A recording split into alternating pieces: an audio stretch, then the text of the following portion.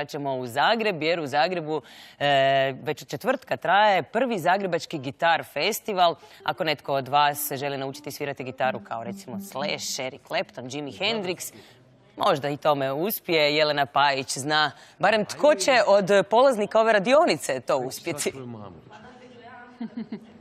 Da, pa uspjeće svima onima koji imaju puno dobre volje i naravno nešto znanje, i ako imaju dobre profesore i predavače. Sa mnom Ante Gelo, koji će mi pokazati kako da ja koja gitaru nisam probala nikada svirati, nikad u ruke stavila, naučim barem nešto. Ne znam jer ima nade za tebe. Ja ću ti malo tu držati, stojimo. Ok, ajmo probati. Ok. Dobro, prst. Ajmo recimo neki blues tu. Dobro.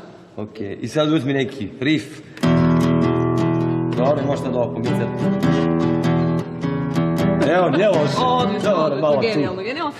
Predavač na radionicama na Zagreb Gitar festivalu, što je održano do sad, kako su reagirali polaznici? Super su, užasno je puno polaznika, evo sad smo u studentskom centru, fantastičan je prostor, puno radionica, odlična organizacija. Bilo puno studenata, učenika? Je, i mi imamo uglavnom klince, što mi je užasno drago, jer recimo u Grožnjanu za vrijeme Boška Petrovića su uglavnom bile starija ekipa, a ovo mi se baš sviđa zato što mislim da je super vrijeme da se odaberu, pogotovo za jazz gitaru da ima neku prvu informaciju i baš je puno djece, svi su zainteresirani i po cijele dane su tu, mislim da jako uživaju. Što se klasičnog programa tiče, evo moram da će nešto više reći, a fantastični su programi, glazbeni zavod, koncerti, fenomenalni Zoran Dukić, danas je Petrit, jučer Vasi. U 22 sata, nešto kasnije. U 22 sata, možda čak i kasnije, moram reći, evo sviramo Apollo 4 kvartet, Dado Marinković, Vladimir Samarić, Saša Mutić i ja, pa dođete svi skupa, klub na uglu Gajeve Hebrangove, Sova se zove, to su zapravo after, opuštajući sve, da, i mislim da će biti baš gušti i evo, pozivam sve da dođu. Biće super večeras. Znači, nakon 22 sata, Morana Pešutić, umjetnička ravnateljica festivala, također jutro s nama.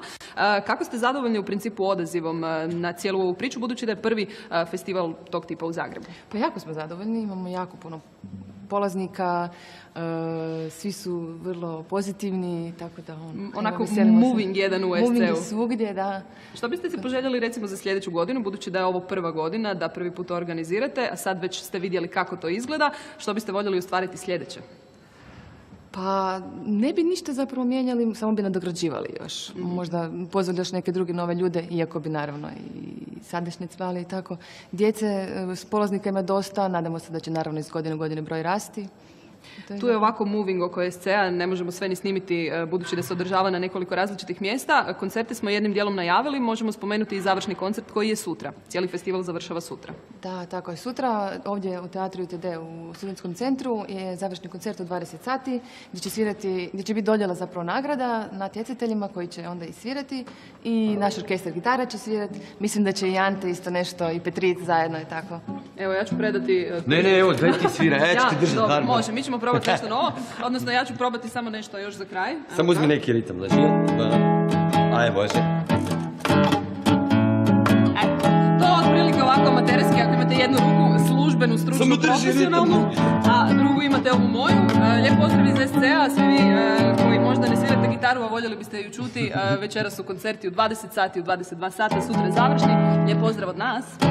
Jelena, dobro ti ide, pa imaš sluha, mislim, lako tako kad ti Ante Gelo drži gitaru.